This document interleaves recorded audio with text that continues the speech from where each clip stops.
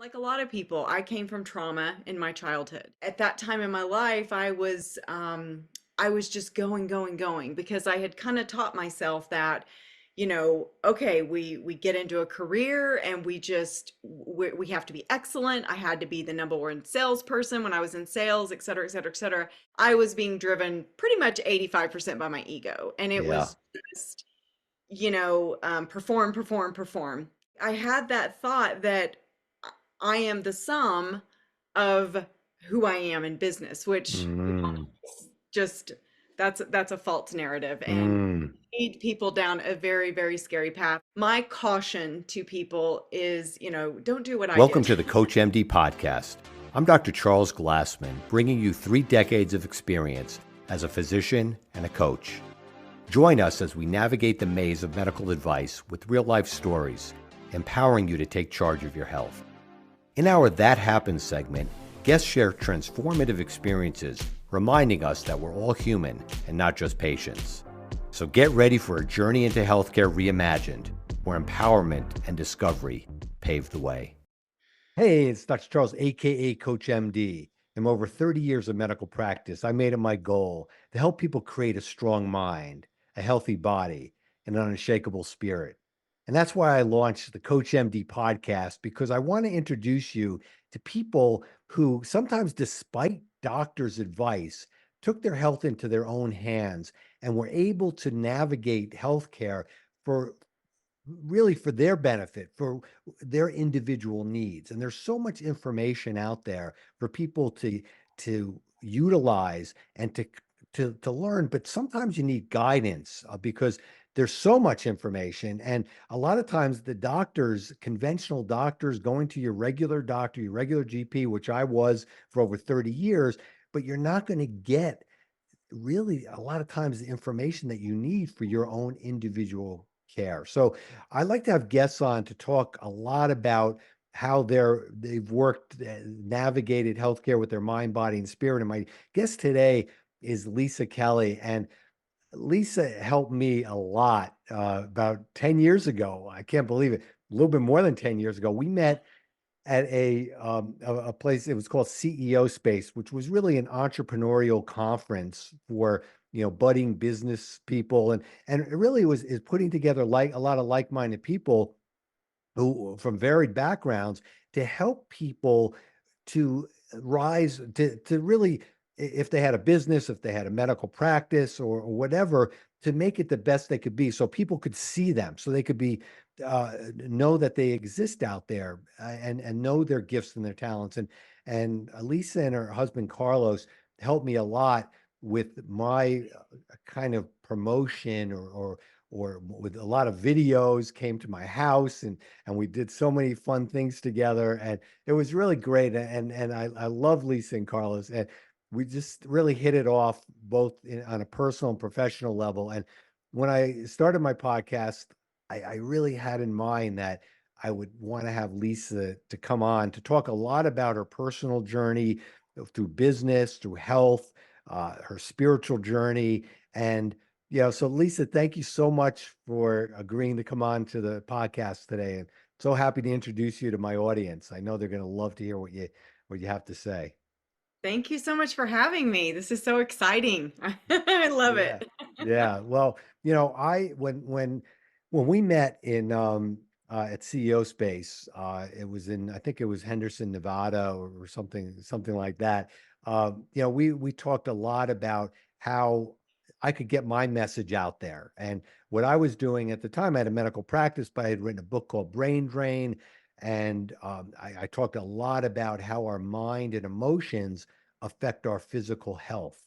And a lot of people came to me and look for me to kind of tell them what's the best supplements to take, what's the best this to do, what's the best and not really wanting to touch upon the emotional aspect of our health. And I wrote a book about, because I felt that was really, that's kind of why I became Coach MD, because I was coaching my patients more than I was handing them things out. So if you could just kind of go back and tell us a little bit about what you realized in your journey, as far as how the emotions were affecting you and how that might have been showing up in your overall health and well-being. Yeah, sure, sure. Well, and when we met, I was faculty, they called it faculty at that conference. And so, 5 times a year, we would come to Henderson, Nevada, and I would end up, consulting and coaching with, thousands of Yeah, entrepreneurs over the yeah. years. That was a great And conference. it was like we were there 10 days, 5 times a year, at just a ridiculous pace, right? The morning Yeah. started at 6 a.m., they ended usually at midnight. Because part of our responsibility as faculty was, and part of that membership that we all paid for, right? Yeah. But it was for me to be there to support entrepreneurs. And, my background is business consulting. And Carlos and I started, gosh, it's hard to believe it was 15 years ago, a full Mm. service digital creative agency.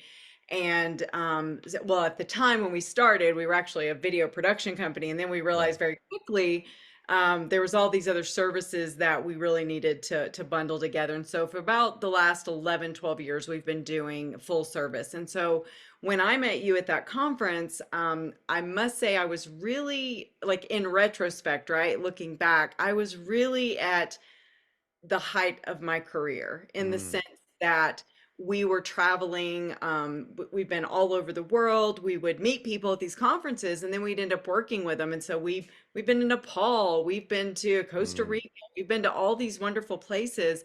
But it was, how in life, a lot of times things come at you fast and furious, and then Yeah. it's like silence, and then it's fast Yes. and furious, and it's Right. so when I met you, it was Fast and Furious. It Right. was 100%. Like, I think we traveled in 2011, 12, 13, like over 200, 250 days of the whole year Wow. for those Wow, that's tours. a lot. Yeah. And so, that being said, won't go into all the gory details, but, like a lot of people, I came from trauma in my childhood. Mm. um, at that time in my life, I was just going, going, going because I had kind of taught myself that, okay, we get into a career and we have to be excellent. I had to be the number one salesperson when I was in sales, et cetera, et cetera, et cetera. Mm. And so I had that thought that I am the sum of who I am in business, which Mm. just that's a false narrative and Mm. lead people down a very, very scary path. And my caution to people is, don't do what I did.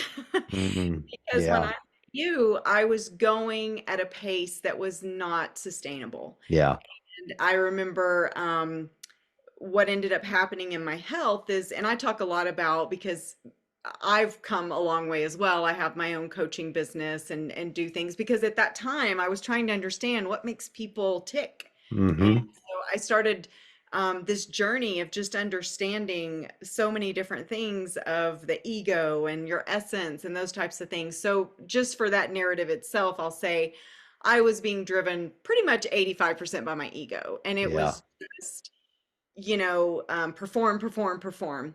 And I can remember actually one time that I was so sick at one Mm. of the conferences, and you came to my room. Oh, right. I remember. Yeah. Oh my goodness. And I had a really, really bad sinus infection, which on my own personal journey, like you were saying at the intro of your show, I really have done a lot of soul searching with the emotional, the psychological, because, and I remember in one way, shape, or form, you had actually taught me that the physical is really just a symptom of what all else is going on, right? And Yeah. emotional, your psychological, those kinds of things too. Not doesn't always have to be one or the other, but No. certainly it's a combination. Yeah. Yeah. And so I was just going at a pace I couldn't continue. And even just the sinus infection, right? Are you a fan of Louise Hay?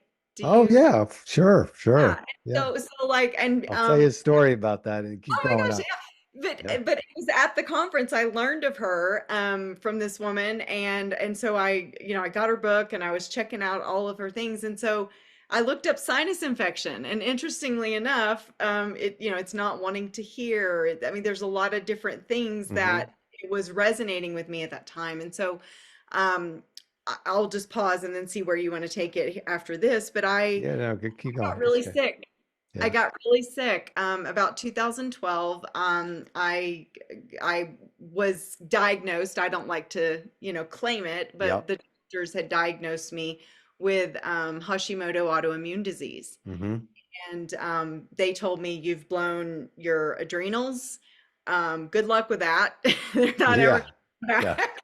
Yeah. Good. Cortisol levels are, ridiculous. And so I've been on this health journey like the last 12 years of managing that, managing fibromyalgia. And through that whole journey, just really forcing myself to discover all of those other things that really have helped me more than anything, which is understanding the emotional and the psychological and the trauma and the things we tell ourselves. Yeah. Uh, much like what you wrote in Brain Drain, just a lot Yeah. about that. So Yeah. anyway, Yeah. No, I mean, this is all, yeah, we're definitely like-minded in our pursuits and looking at it. And just, would you say about Louise Hayes or Louise Hay? I think it's Hay, I know, Hayes, hey, yeah. whatever. It's Louise or whatever. Hayes, Hayes, yeah. Um, Right. so when I wrote Brain Drain, a month after I got my first books, Hay House was having a conference in New York City, and this was in 2009, 2008, and might have been 2008, December 2008. And I got my books in November 2008. So I said, "Oh, I got to go to this conference," and it was a speakers conference. They were going to tell, or I guess they called it a speakers conference. It was 200 people, and they were going to educate us on how to be speakers. So it was Cheryl Richardson and Reed Tracy. So Cheryl Richardson was one of their celebrities, and Reed Tracy was the CEO of Hay House, and Louise Hay was there. So um, it was a Friday night little cocktail party, whatever, then Saturday, an all day thing.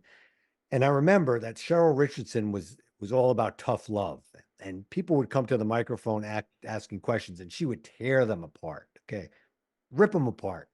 And so, but at the end of that that the day of presentations and lectures, whatever, they said tomorrow is going to be the speakers day. We're going to tell you show you how to be good speakers, and we're going to invite people to speak.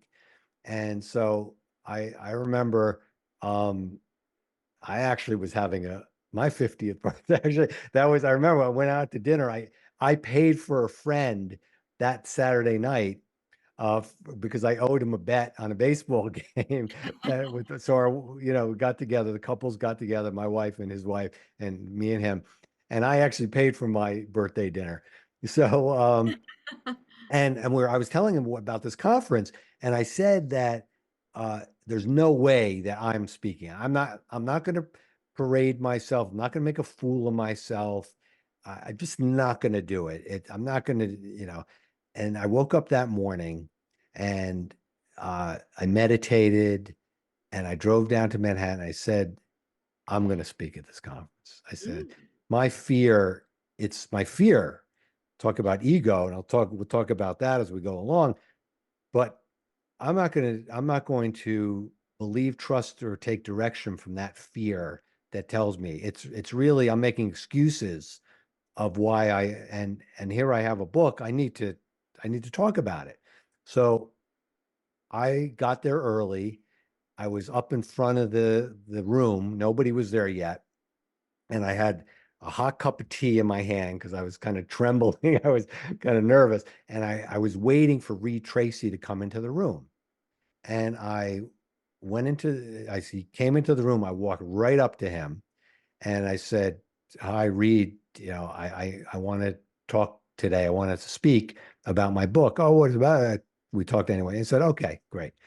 So that was it. Started around 9 o'clock, and I was there probably like 8 o'clock, 7:30. And they picked somebody out of the crowd to speak. That was the first. And I said, "Okay, they're not going to pick me." Then the next person, they said, well, we had somebody who come, they picked me, right? Oh, And so I started telling my story, how I came about speaking and this and that. And Louise Hay was right in the front row, right in oh, the front row. And she was during this conference, she was throwing out the F-bomb a lot. She didn't have a very clean, she was very raw, let me tell you. But anyway, they picked me, and everyone was supposed to speak for maybe 10 minutes. I looked at the clock, it was 10 minutes. I looked over to Reed and Cheryl, and they said, keep going, keep going. oh, Right. So then after 15 minutes, they pulled me to the side, and Cheryl said to me, you're doing great. Just you want to be, tell some more personal stories, be vulnerable. And that's when I had this idea that, vulnerability can be my greatest asset. And yeah. so after that conference, people were coming up to me like I was a rock star. Okay. I thought that, okay, this is it. Hay House is going to pick me up. I'm going to be a published author or whatever with Hay House. And didn't work that way. Basically never heard from them again. I mean, Reed and I exchanged a couple emails back and forth, but I wasn't what they were looking for.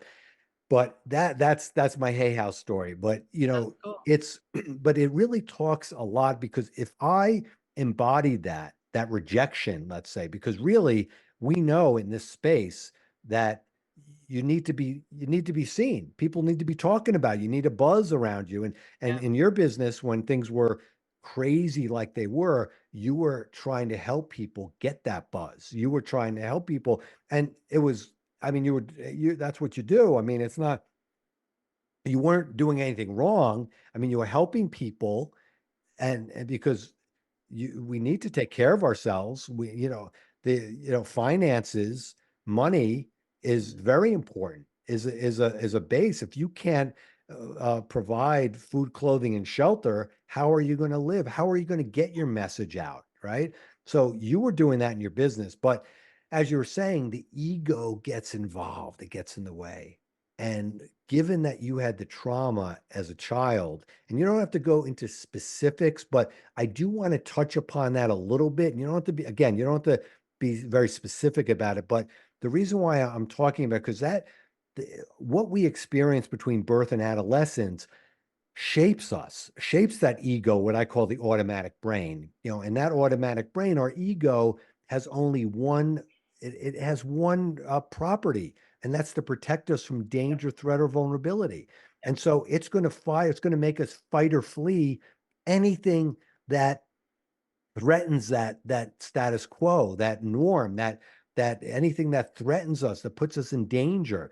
And so we learned from childhood, even though it's ridiculous. I have stupid things even to this day that pop into my head that don't have anything to do with what I'm doing.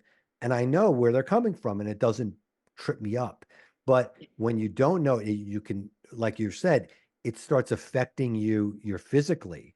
So if you can kind of, and again, you don't have to be specific, but around the time when you were, running, just crazy, and your ego, if you could give us just kind of a little flavor of how you were feeling, emotionally, how that childhood stuff, whether it was unconsciously or sometimes consciously, how that kind of percolated to the surface and started influencing kind of your journey at that time.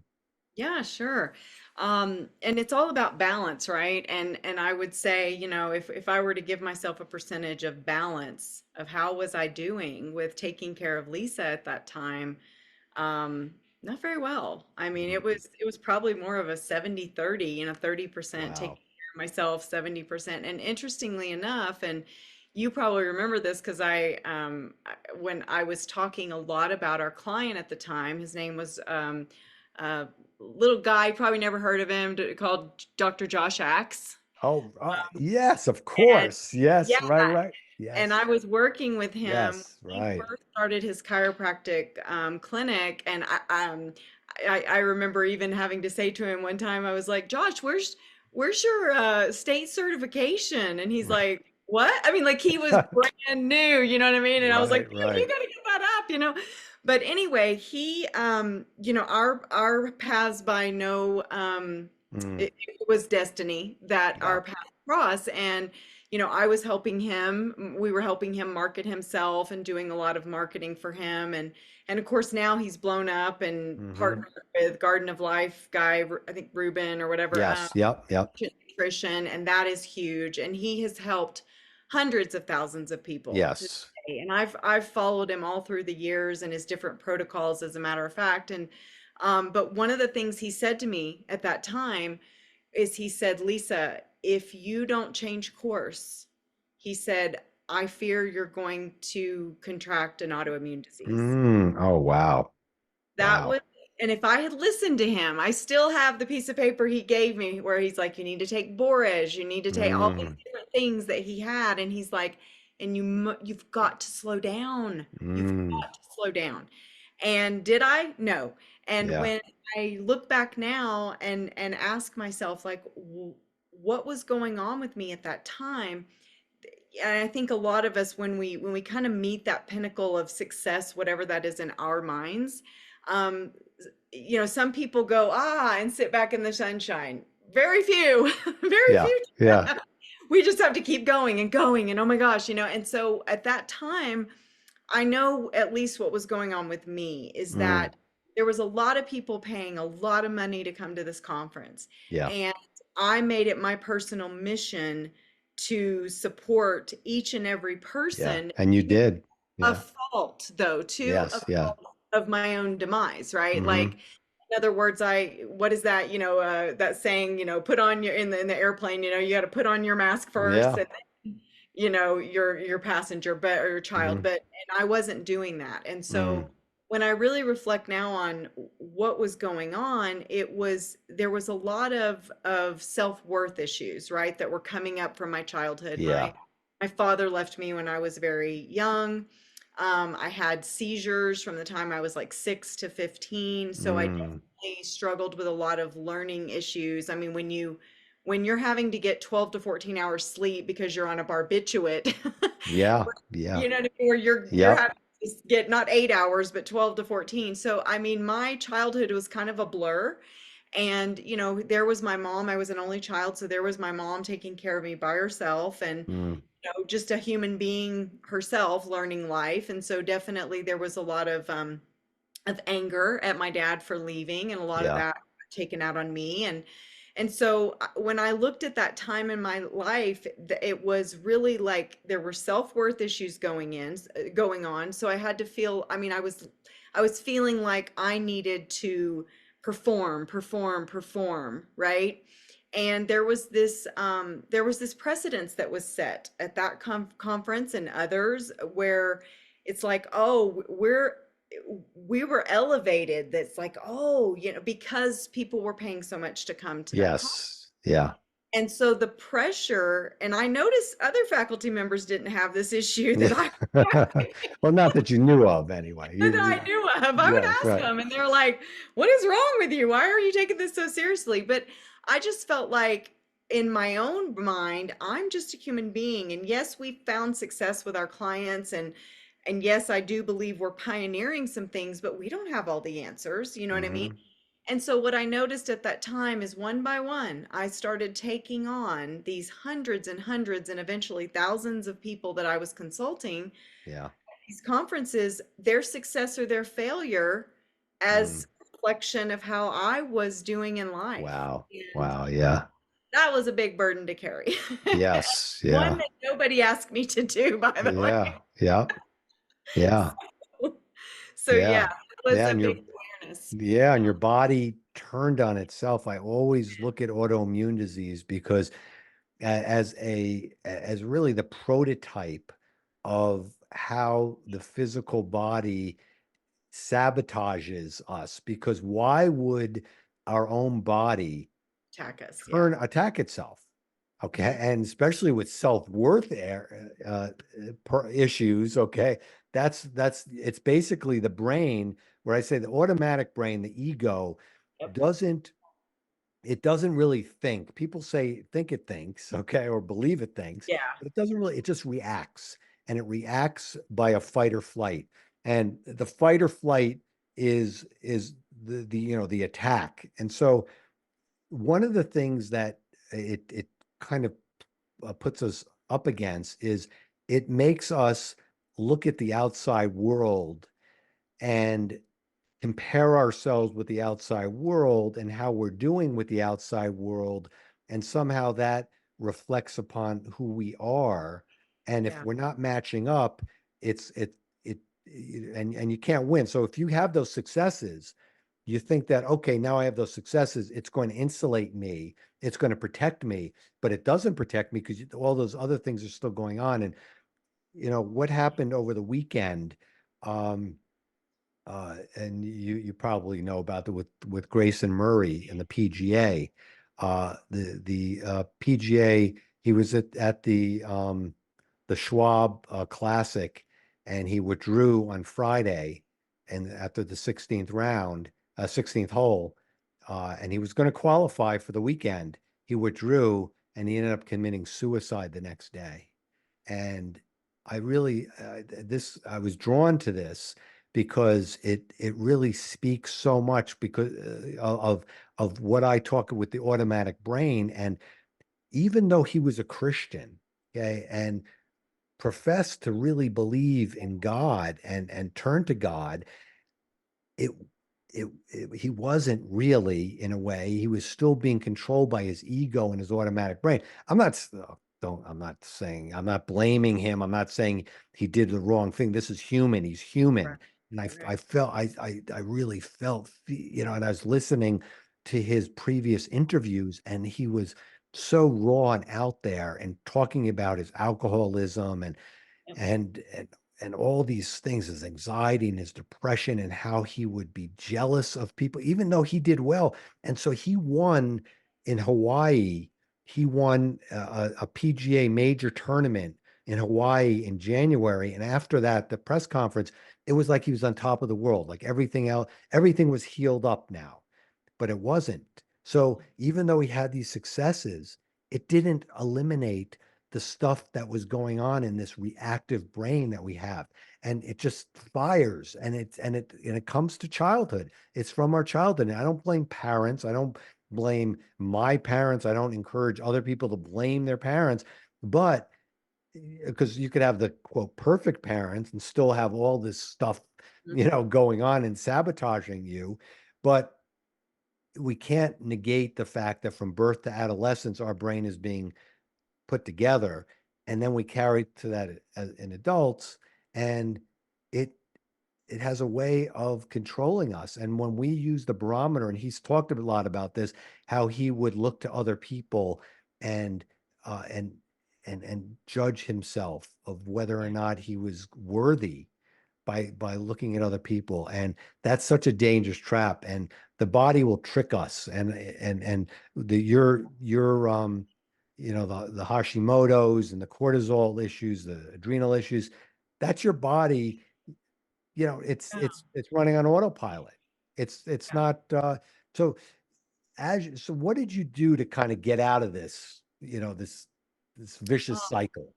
Well, interestingly enough, and I consider myself a Christian as well, and so I would say it, some people would say the universe brought us to Utah. I would say, God scooped us up and we actually moved to Utah. I mean, that's where we still live we Mhm. used to live in Nashville, Tennessee. We came here to work with a client, and within 2 to 3 months, we fired the client because he was completely out of integrity. And so we were like, this isn't a Uh, good situation. And yet we stayed here because it's crazy, but I look at it now and I go, this was where I needed to come to mm, find healing. And my numbers are so much better with my Hashimoto. I still mm, deal with some fibromyalgia. I'm still, working on, getting to a place where I don't know that normal will ever be. And as a doctor, I'm sure you would say, you have new normals, right? right. So, Yes. Yeah. my energy is not what it was, 10, 12 years ago. I certainly could not do that pace at that conference. There's mornings I wake up at 8:30 and I think to myself, I would have already been up like 2.5 hours. Right. But what I would say is what has taken place in that time period is I've done a lot of deep work. I've Mm, dealt with my traumas, we should say, right? Yeah. I've really taken an analysis at who was I and how was I responding to life. And Mm. even when I met you, you mentioned in the beginning of the show, like, my husband and partner Carlos, right? He graduated from the University of Tennessee and broadcast journalism degree, and he had worked in the news business. He had filmed, presidents, past presidents. He had accomplished some amazing things.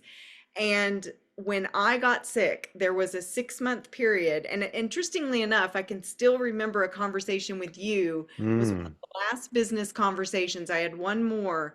And interestingly enough, I was down for 6 months. I was in Wow. bed. Nobody knew, but I was Wow. very, very sick. And I remember he kept saying, Lisa, like right before that period, like, let me just take over the company. Let me just you need time to heal. Mm. No. Oh no, he can't do that. Right. Well, it's the company. I mean, here he is, a college graduate, I didn't All even the graduate from right. college, right? But Right. Right. I knew. And so I really think that was God's way of like saying, okay, okay, my daughter, you're not getting it. So Mm. I'm gonna put you down for 6 months in bed. And that was a lot of reflection. And then as I've moved forward, we moved to Utah, and I've had just a journey of so many different wonderful people, that have just been angels to kind of help me in my healing. I've done a sweat lodge. I've done some really crazy things that in retrospect I look back. I'm not saying that was crazy, by the way. I love Right. that. It was Right. actually Yeah.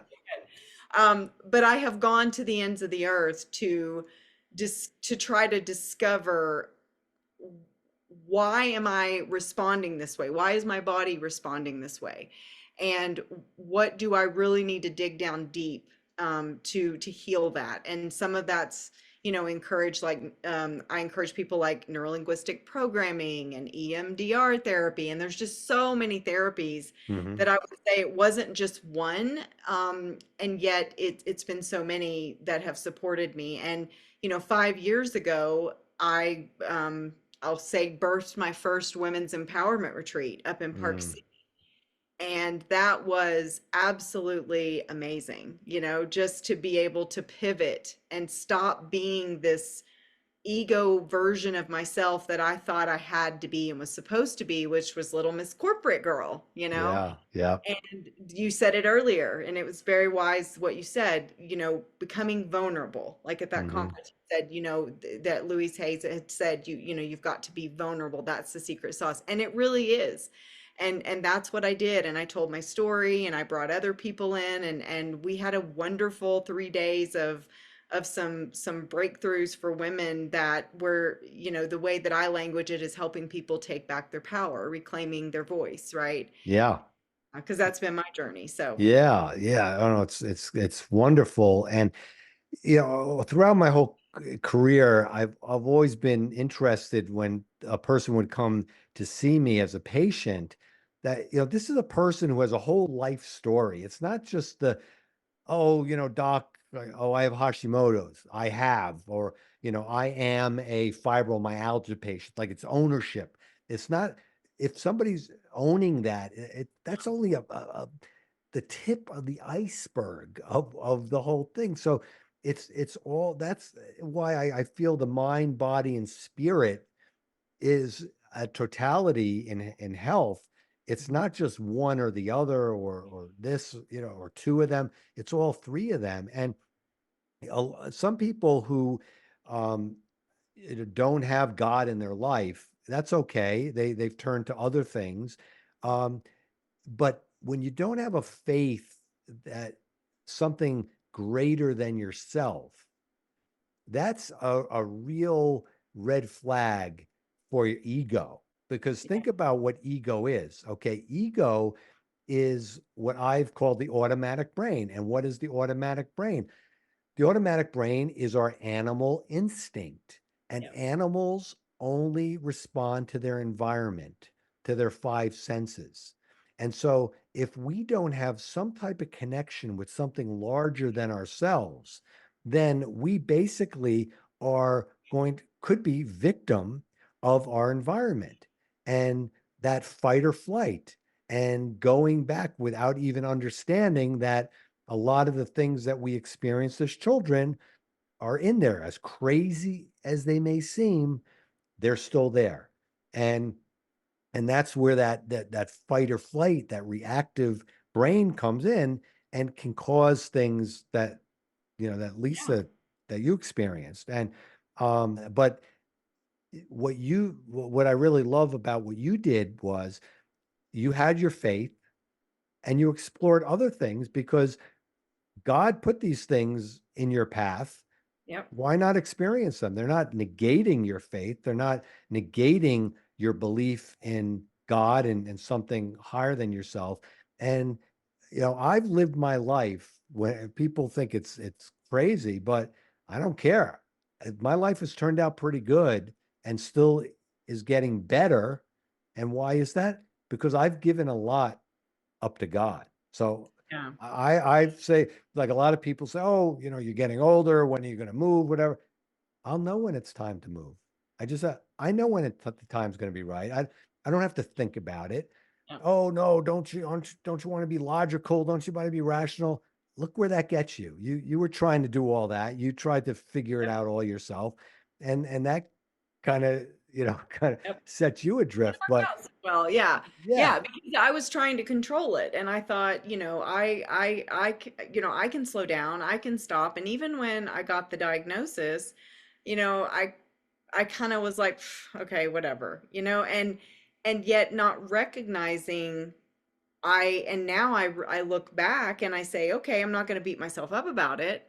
However, when you turn on a gene, you know, and uh-huh. if it's in your DNA and it's, you know what I mean, it's hereditary, right? I Hmm. even dealt with a biochemist and we did all these tests and he went back and he said, okay, there's good news and then there's just accept it news. If in your lineage there's no autoimmune disease and back there, he's like, then we may be able to reverse some things, right? He's like, but if there is, then you're probably looking at now you've turned that gene on. We're Mm, not going to be able to turn it off. We can help it with lifestyle and things like that. Because I mean, I suffer now with the dietary things. yeah. I can't have dairy. I can't have gluten. And oh my gosh, if you were to ask me what would your last thing on earth be to eat, it would be red wine and bread and cheese. Like, Right. so Yeah. but my cautionary tale to people is just, the signs were all there, right? And the people that loved me, my husband, my parents, like everyone kept saying, like, Lisa, why are you doing this? Why are you doing this? Like, slow down, slow down, slow down. And, I look back and I think I had every opportunity, right? And then to pivot and to say, okay, I'm going to slow down. I'm going to take care of this body, right? But the ego just kept being like, we're good, we're good, we're good. And even at that time, I can remember asking you like, what do I do? What do I Right. do? And I don't even remember. I know you probably gave some very useful information, but there was a feeling in me that clicked on that was like, there was like this little voice in my head that said, are you really going to listen to anybody? Mm, And and that's where I was at that time. And I have talked to people that were in my life at that time and they said, Lisa, you just you weren't listening, And so again, it all came back to the self-worth issues and my own demons that I just needed to be successful and what that looks like. And yeah. so I'm grateful for it though. And I can remember, I don't know if you ever met Lauren Miller at the conference that I'm we not went. sure that I She's did. she's Yeah. a she has a beautiful story, but anyway, she taught me a thing or two as well. She was one of my clients and she had gotten breast cancer and her whole platform is all about stress and how Mm, what stress can do in the body and how it can create disease and cancers and all kinds of things. And I just remember, she had some very wise words at that time too for me. and kind of that cautionary tale. And so I just look back at the different people that were placed in my life, and I remember she said, the one thing that she said was, we were watching her speak, because we were capturing it, and she said, "I'm actually grateful I got cancer." And I Wow. remember in my brain thinking, "What? Are you Right. crazy? What are you talking about? You almost died on the table." Like, you know what I mean? So Right. I'm in that place now and I understand it. Like, I am so grateful that that happened. I mean, I wished it hadn't, but it has taken me on a whole journey where I have been able to now support and have conversations and help other people in their journey and in their healing, and maybe even help them change course, so that they don't get to that place that I did. And so, you know, um, I, now I get it. She's like, "I'm grateful I got cancer," because she would have never gone down this path, right, of Yeah. discovery Yeah. self. Well, So, that's, when you have that faith, okay, really it's hard really to think like that unless you have a bigger picture in mind, a bigger understanding.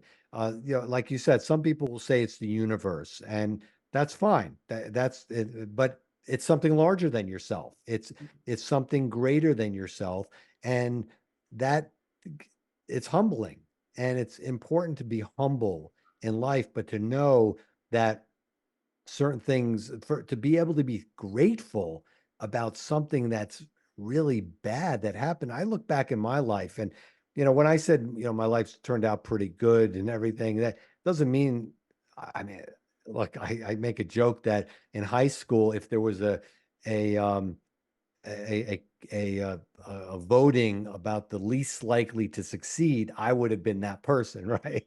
Because and I was with some friends of mine from high school over the weekend because one of their mothers died, and I think about how I was during that time, how insecure I was, and how talk about self-worth. I didn't really think, but I always had this feeling inside, and that's one thing I could be thankful to my mother about. And my mother was viewed as a kooky person and kind of nutty, but she instilled in me this idea of God and something greater than myself. And I always had that feeling, that connection.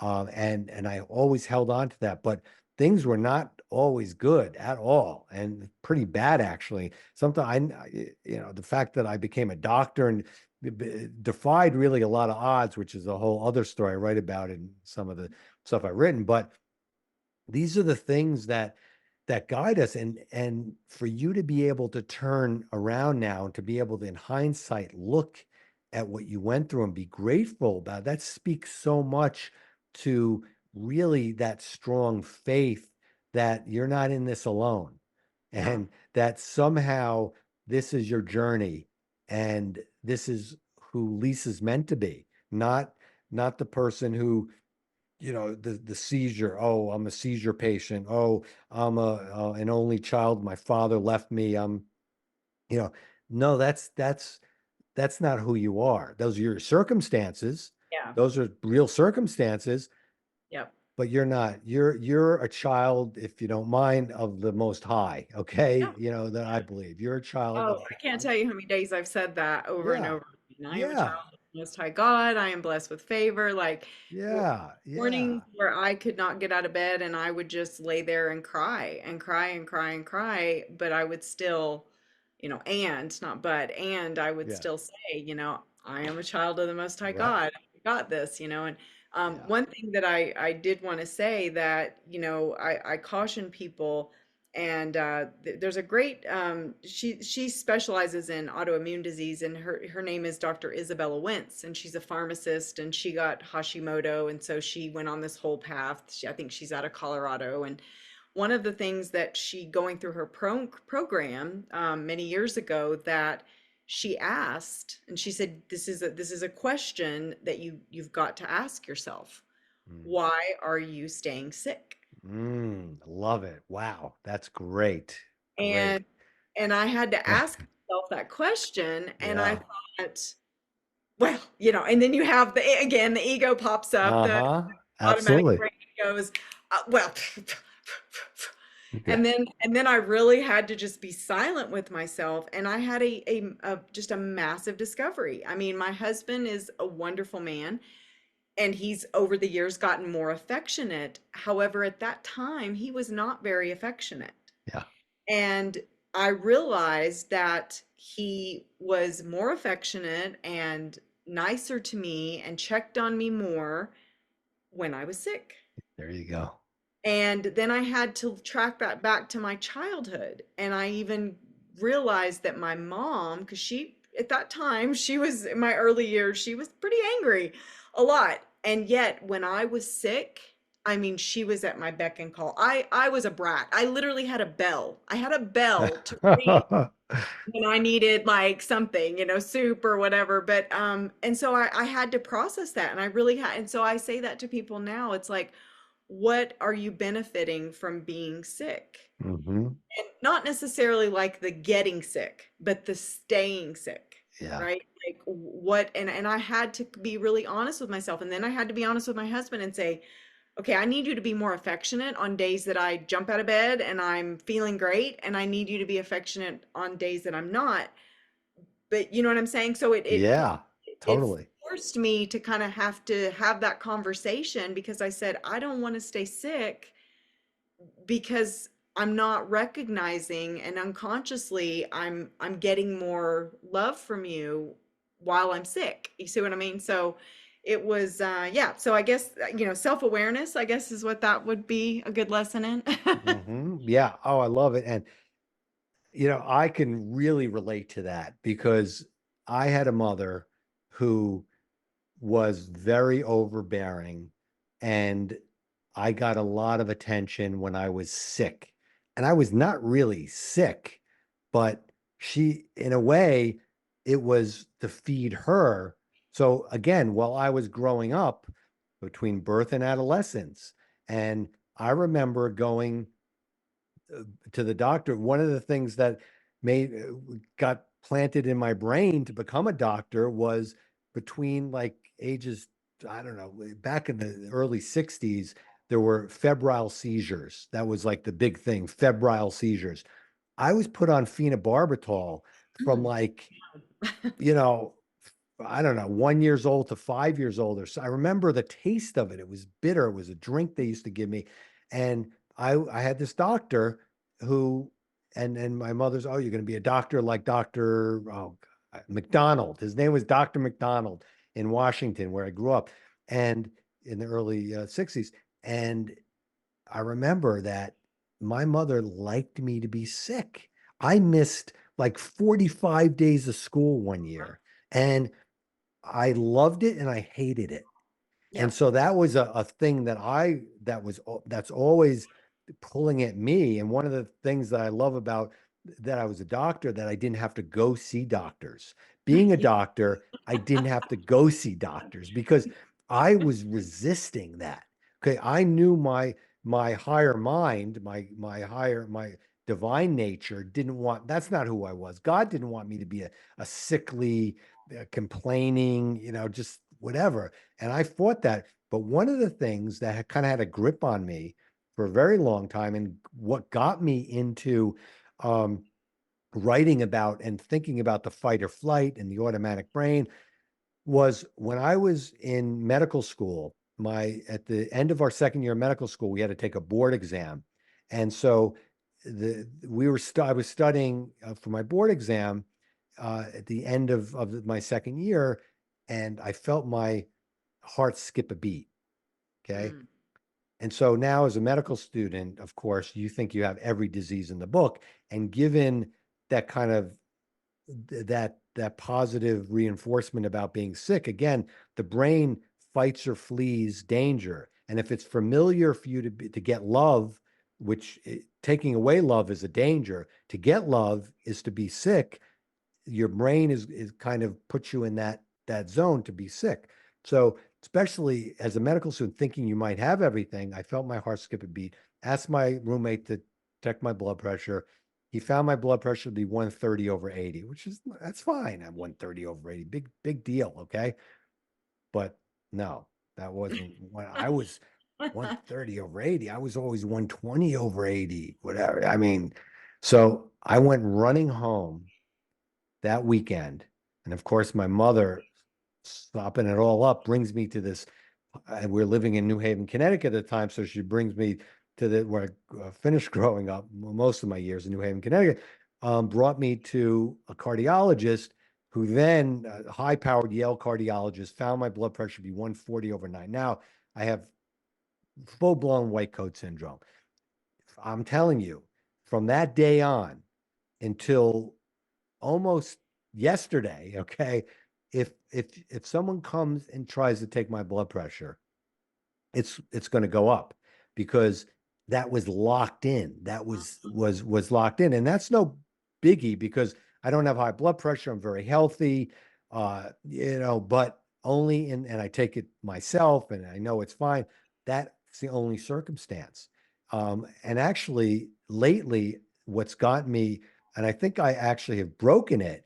And the reason why I've broken it is because I realized the automatic brain is like a narcissist. So that ego is like a narcissist. And think about it. It is a narcissist because it's self-centered. It's to Right. protect you. Ego, right?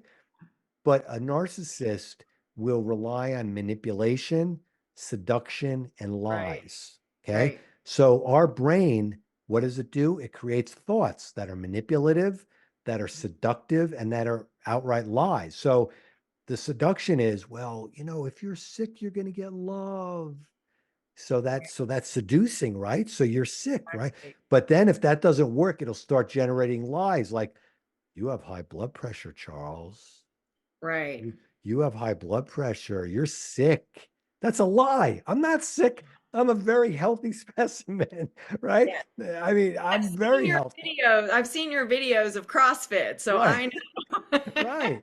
Right. And so, so those are things sometimes you have to do to kind of prove that that's wrong and to just prove it, so yeah, so I can totally relate to that, how that was shaped. And why do you stay sick is because losing love is one of the greatest triggers. I always talk about the one up trigger, the comfort zone trigger, and the loss of the threat of losing love, which is really losing security, is a Yep. grave danger to us. And we're Yep. going to fight and flee anything that jeopardizes that. So that's why a lot of people will gravitate toward that. And it's so great that you resist, that you're connecting with your divine nature, which is can step back and say, this is not right. Yeah. This is just not right. This is not who I am. Exactly. This is not who I am. So yeah, Exactly. I love that. What Peeling peeling away those layers to understand I'm more than the sum of my success or failure. yeah. I'm more than, I mean, interestingly enough, this year has been really slow. Like our business has been super slow. And normally in past years, I would be like, you know what I mean? And this year it's more like, I'm like, oh, I must be becoming wiser because I'm like, okay. I need this. This is a season I need. I Mm, need rest and relaxation and reflection and even learning new things and so it's but I can remember I mean even a few years ago I would not have given myself this grace. I would have been like we got to go. We got to go. What oh my gosh, I'm idling. What am I doing? And I think so many of us in life it's just if we truly did if I had just taken the advice, slow down. right. Right. And be present. But one last thing I'd like to say about the ego Yeah. Yeah. Go ahead. and the essence is, Yeah. and I learned this from a woman many years ago, and I think she learned under 𝐿𝐼 and some different ones, and so Uh-huh. it's probably just a combination. But her philosophy was, look, we need the ego, right? Like you need the ego to protect you from danger, and there are times when that automatic brain is healthy.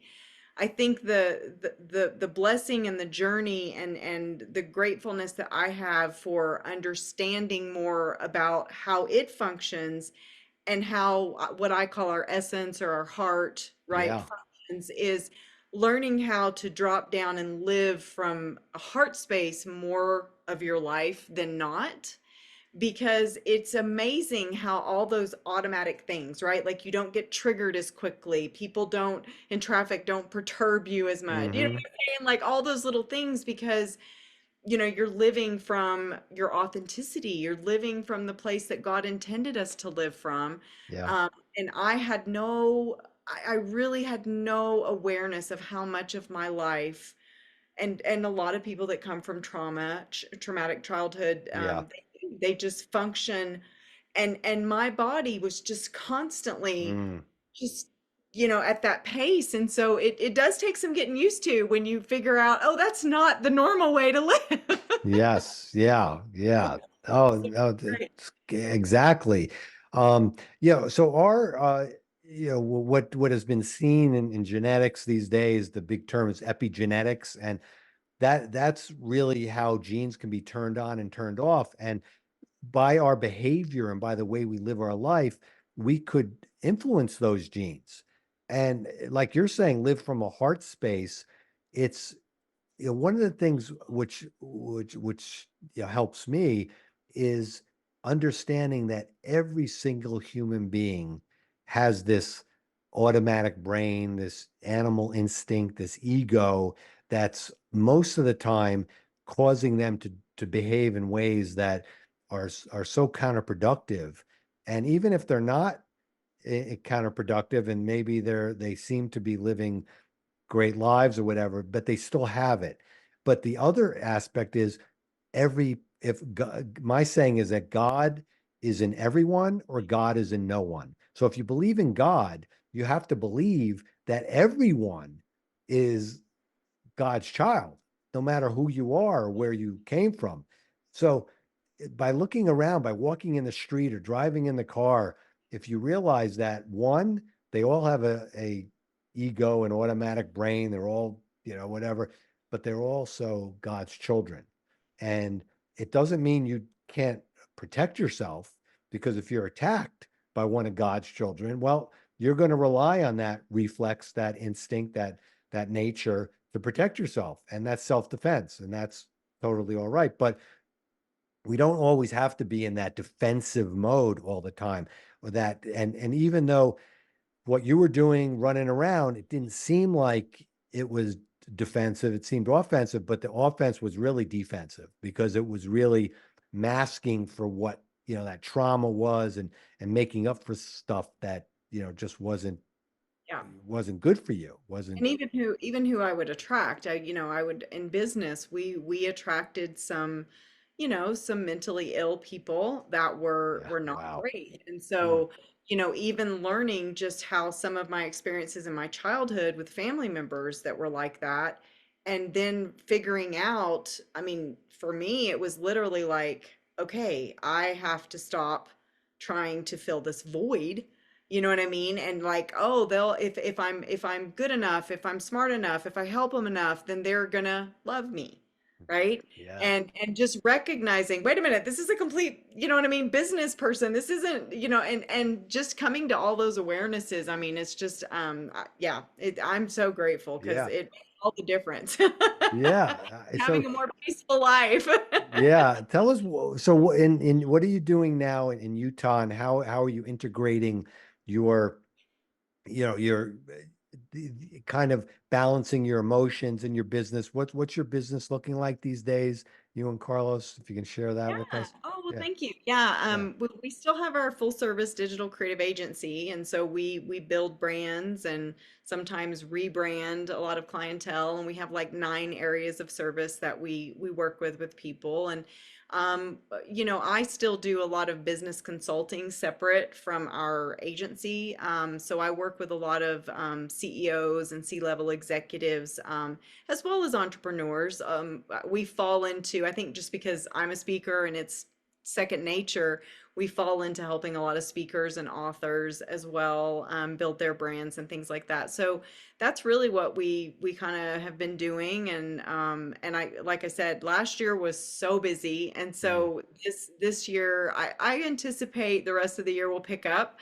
Um, and yet I've been blessed, knock on wood, to not really ever have to hardcore market. We are a word of mouth business. So I will say this, tied into what you're saying about my health, is about 5 years ago, I made a very profound like line in the sand that I want to only work with heart-centered entrepreneurs Mm, that are resonating at that frequency that we resonate with, mm, and people that are not in a position to self-sabotage. Um, mm-hmm.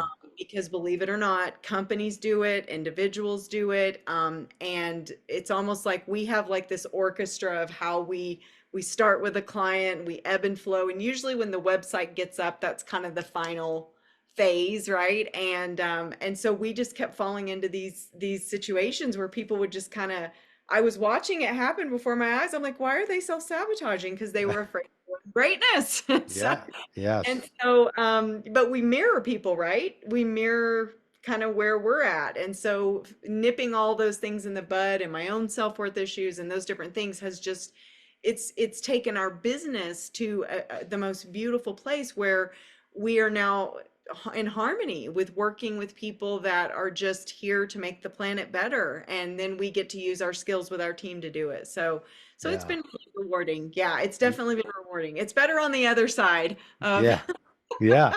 Well, it's probably you're just in more in a position to be aware of that. You're just attuned to it. And people talk about, law of attraction, but really law of attraction just means that my son uh, gave me a quote, and we've heard it before, and let me see if I can get it right, is that it's amazing how lucky you are, how lucky you are the more work you put. I forgot what it was, but basically saying the more you put in the work, it's amazing how lucky you become, or something like that. And it's also the same when you're working from a heart place. It's amazing how much you work with other people who are that it's not luck. It's you're connecting with them because they see who you are and you're honest. And that's where the whole idea of vulnerability can be a great asset, is because I remember when I was writing my starting to write my emails to people, and then my blog, and before I started writing my chapters of my book, I remember thinking that, wow, I'm really looking deep inside, and I'm exposing some deeply personal feelings that I have. People are going to think that their doctor is a crackpot. But it turned out that people were more attracted to me in the sense of trusting me yeah. and wanting to work with me than if I was just holding back and not connecting. And I think it's important. Obviously, you have to be as I look at being the difference between aggressive, passive, and assertive. Now, it's not good to be aggressive. It's not good to be passive. It's good to be assertive. And sometimes you have to be assertive without being aggressive or passive. And And and that word boundaries, that's the yes, other thing, is learning the healthy boundaries. And apparently I didn't have any of those back in the day. right, right. I certainly do. And those can, what I found is when you start, communicating your healthy boundaries to people, it's interesting to see there's very few people that it bothered and that it went sideways. I noticed along the way, most people, it's almost like you're calling them. It's like you're an inspiration because they're like, oh, that's what it looks like. That wasn't so bad. I can Right. do that too. And so with our business, the last thing I'll say about that is just that I call it out when I first start a relationship with somebody. I call it out, and Mm, if I'm working with a solo entrepreneur, it's non-negotiable. They do a coaching agreement with me, because as we're going through and building their business together, I mean, a lot of people, they're starting from scratch. A lot of people, it's kind of, okay, I've had a successful business, but I want to take it to the next level. I have watched those things creep in. And it's like if you have that introductory conversation and you're saying, look, I'm not here to be above you or below you. I'm right here beside you. I'm going to call it out. I'm going to call you out. And it has been so rewarding to have that experience, because then you feel like you're really putting that person with the foundation of your skill sets and my team skill sets on that trajectory. You see what I mean? Because it's like any yes, of those little absolutely. any of those little cobwebs that are there, they're like, oh, look at that, and so that's been really rewarding, yeah, to do that. Yeah, no. And I have to say, Lisa, even back when you were, all over the place, and that's when, you're having those struggles. What attracted me to you and Carlos was your heart, was your authenticity. So it's there. It's that was there, obviously, and it was there, but now it's it's great to know that that's, out front and center. It's not struggling amongst all this other ego stuff. And we think of like ego, like, oh, you're an egomaniac, whatever. No, ego is part of all of us. And you mentioned Eckhart Tolle, and he made that a popular term. And I thought of it kind of from a clinical, Yeah. scientific, medical with the brain, and Yep. they kind of put a kind of a neurological, neuroscientific uh, point of it, in the reptilian part of our brain, the amygdala, and all those parts. It's plays such a it just it plays such a vital, not vital, a detrimental part of our life. That so many of us are in that circle of that fight or flight, that we don't even know it, even things that we do on an everyday basis. And I love how you were saying that, how the woman that said about how she was grateful to get breast cancer, and how you look back at your life and your experiences, how you're grateful. I feel the same way about the struggles that I had in my, and people think of, oh, your struggles. What do you know about struggles? Well, everybody's story is different, and everybody's struggles, it doesn't matter. The physiology is the same. So, it may not be a life or death struggle, but it's the struggle, no, nonetheless. And it's a trigger that triggers that fight or flight, that makes us do things that we don't like to do, and that hurts, and that Yep. causes a lot of things. So Well, yeah, the uh, last thing, I'm sorry, I didn't yeah, mean to yeah, cut you. yeah. No, no, go The ahead. last thing about just the ego that has helped me for so many years, and hopefully you agree with this. But it was she was a client and a friend, and she was from Colombia. So, she had this beautiful accent, and she taught me many, many years ago that when the ego is speaking, she's like, you don't tell it to shut up, you don't tell it to go away. She's like, you say thank you for sharing. Thank you for I sharing. And love that. that has been so helpful for me because it was such a bright like switch for me. In other words, you're not telling it stop, stop, stop, stop, stop. You're acknowledging it and you're saying, okay, I appreciate that you have a perspective when you can kind of do that, and see who's talking. Is it my Wow. ego? Is it my essence? Or that's a whole nother fun, Oh, fun yeah. conversation. Oh, I love But I that. And love that she would say that. She would just say, yeah. "Thank you for sharing." And it's like even this day, I can still use that when I know my ego is super loud, and I'll just be like, "Thank you for sharing." In other words, it's like, and you have spoken, and now I'm going to do this. Well, I love that. Okay. And it's really a great little thing that you can do, like right there. And when you said that, you hope I agree with it. I happen to agree with it, but let's say I didn't agree with it. It reminds me of a patient came to me to meditate, and we meditated, and I had this whole the way I meditate is not it's not the usual way. Okay, it's kind of the way I meditate. It's unique to me, and so this is how I would do a guided visualization with some of my patients. And so I did this with this one woman, and she loved it. It was great.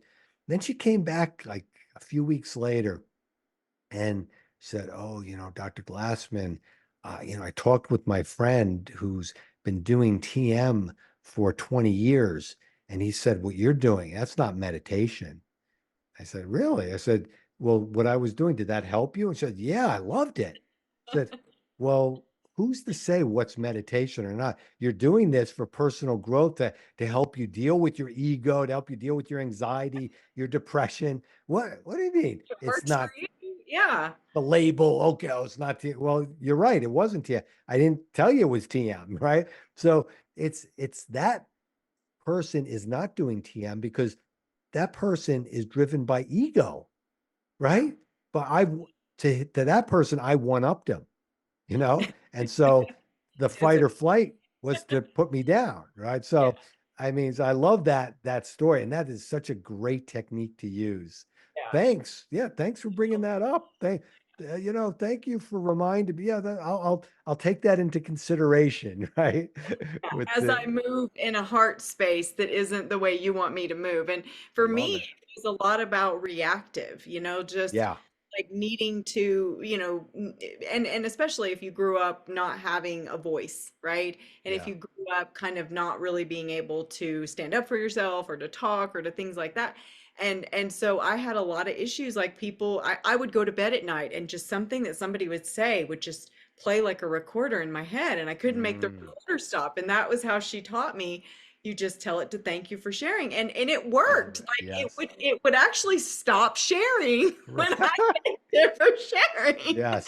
And Well, then I that's could make yeah. an informed decision. I could get out of that, like you talk about, I could get out of that automatic brain that's just firing to be like, nope, nope, nope, nope, and be able to go, okay, well, let's just consider this and consider this. And when I can think like that, when I can just get out of that automatic Yeah. state of being, then I'm able to make some better decisions. You know what I mean? And Yeah. I could feel it in my body. I could feel my body would just kind of, There. Yeah. Wow. That's just like oh yeah. calm, my heart would start slowing down, so yeah, I still use that today. Yeah. That's brilliant. I love it because it just it proves also that the automatic brain doesn't think, it only reacts. So the fact that you just said it just went away, okay, it just went away. That's it. You neutralized it because it's just firing on trying to protect you when you don't need protection. And Yeah. so when you don't need protection, okay, doesn't And fight I or do flee anymore. and I do have a question for you. Yeah, yeah, So, yeah. so when your automatic brain is doing that, right? And if in other words, is it another part of our brain? Are we moving it to another part of our brain, like from a scientific, whatever medical perspective? Is that why, like, why does it stop? In other words, like if I don't go to other thoughts of considering and dropping into my heart, it just keeps going. Right. So what's actually happening, like, I don't know, neurologically or whatever? Yeah. So the brain will take in stimuli, and it'll take in stimuli um, through our five senses externally, but it also take internal stimuli. So thoughts. Okay. So an external stimuli many times our brain is constant 24/7, 365, scanning the landscape for danger, threat, or vulnerability, something that's threatening to us. And if it picks up anything, so it could be a circumstance that you learned as a child, okay, that could be dangerous, even though that's not true now, but that's how your brain is wired, that you, let's say, were uh, a situation where you had to be sick, okay, or that you weren't getting attention. Okay, so the circumstances say you're not getting attention. So that's a danger to you, a love danger. So your brain takes that in, and now it stimulates the fight or flight. So two things happen. The physical thing of fight or flight stimulates danger itself because it causes the heart to be a little racy, causes us to hyperventilate a little bit, causes our muscles to be a little tight. That sends another signal to the brain that you're in danger. So it gets that loop going. Okay, that's one thing. The second thing is the thoughts. So the external stimuli may trigger you to start having thoughts. So that those thoughts will also stimulate signal to the brain that's dangerous. So this is all in the limbic system, in the amygdala, the hypothalamus. Okay, this is in the base of our brain. So it's kind of like the amygdala is two almond shaped structures in the bottom part of our brain, and it's always processing situations for danger. And this is a very primitive part of our brain. And so it causes that fight or flight, the cortisol, and it may not even be at, it just may be at like a low level. And what it really is doing is it is causing you to distract. So this fight or flight is actually distracting you from the real danger. And so what I mean by that is, so let's say um it's better in a chart, but and I do write that in another thing that I wrote, an ebook called Fake News Stories by Your Brain. But it's a chart that's up here is the big danger. Okay, so the big danger is, let's say Lisa's not getting love, okay, not getting love and attention. So that's a big danger. Okay, so it comes down here and it triggers the fight or flight. And so that's dangerous. So now the thoughts come, what do I need to do to get that love and attention? Now, it may not be conscious thoughts, it may be subconscious. So the brain may signal the body to cause immune dysfunction, or to make the sinus infection or whatever. So, or to make your heart race. Okay, so that's going to cause symptoms. Those symptoms are going to trigger another fight or flight because those are danger. So it'll, and then it say, oh, I don't like to feel this way. So emotionally, I don't like myself. That's another danger. So then the fight or flight comes back up. It kind of circles down here and it's just circulating, but it's been successful at making you fight and flee the real danger, which is a fake danger, but it's from childhood. And so you're circulating down here. So that's why sometimes I say to people, sometimes you need to break that cycle and you need medication. So some people need medication. I mean, sometimes the anxiety and the depression is so debilitating that you're just circling here and you can never get to not believe this. And Believe it. so how do you, how does, and so techniques like you're doing is actually acting as a medication. Okay. It's actually stopping that. It's interrupting the discharge. So it's causing, by you replacing the this thing with a positive thing that you're no longer in danger, it neutralizes that. So the thought is, okay, thank you. Great. I'm not in danger anymore. So if you're not in danger, then it's not going to circle anymore. And then you could identify more clearly what's up here. And then actually you can connect with your divine nature, your essence, much more easily. So you don't always need medication to break that cycle. You can use techniques like you're describing, self-talk techniques. There are some supplements that could also help with that sometimes when it's circulating so much. But that's really what's happening, is all in that limbic system, in the primitive part of our brain, in the reptilian part, that just the animal part. That's what animals act on. Just before our time closes, I Yeah. just have to say, like, when isn't it interesting in your life when you just can look back and you have like flashes, you know what I mean, of different, Yeah. and I don't think it was an accident, like when our paths crossed and when Mm, you came to my hotel room and helped me. I mean, I was bad. I don't mm. know if you remember, but I was really bad. I remember you were pretty sick. Yeah. And what was so crazy about that is before we came on that conference, I had told Carlos, I said, I just, I don't want to go. Like, I just intuitively, my spirit, my body, my mind, everything knew, Mm, like, I can't just do this. You know what I'm saying? Like, and so I forced it. And the interesting thing is that was the first day. Like, you, I think, saw me the first, or I think you saw yes, me, it was early on. Yeah. it was very early. Yeah.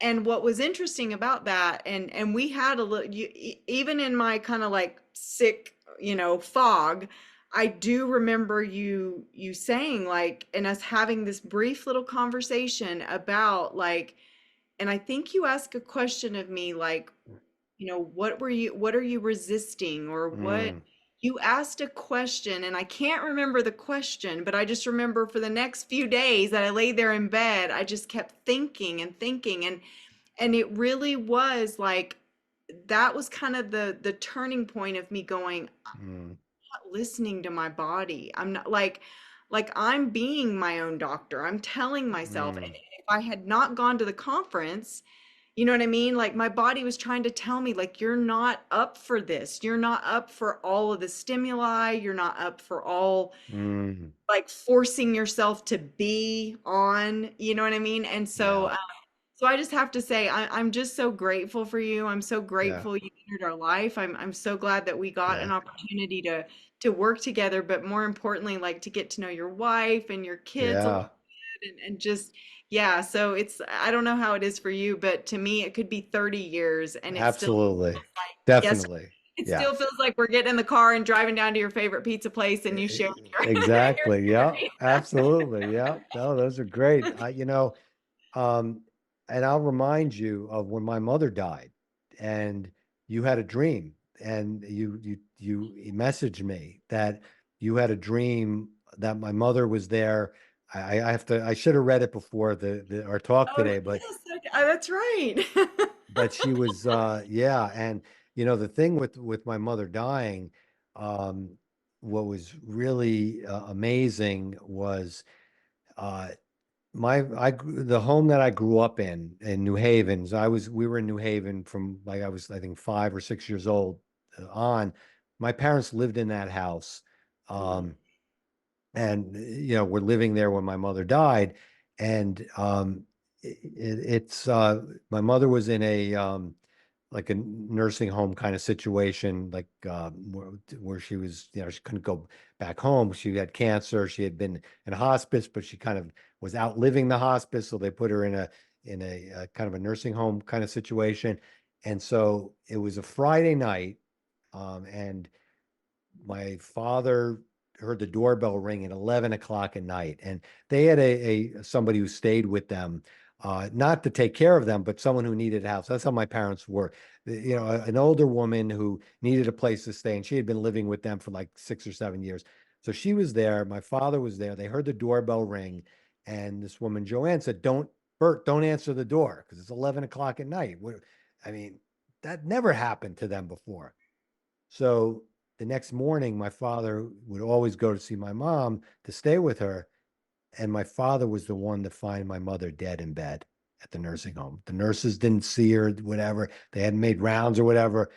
So it's to me, this is some of the things that have happened in my life that reaffirm my faith and the belief in the afterlife. And because I believe that was my mother ringing the doorbell saying that she's come home, and you to have that dream, my mother, I mean, it's that's a connection, and this is the whole other avenue which we don't have to go down right now, but I urge people to look at people who've had near-death experiences, and there's tens of thousands of them.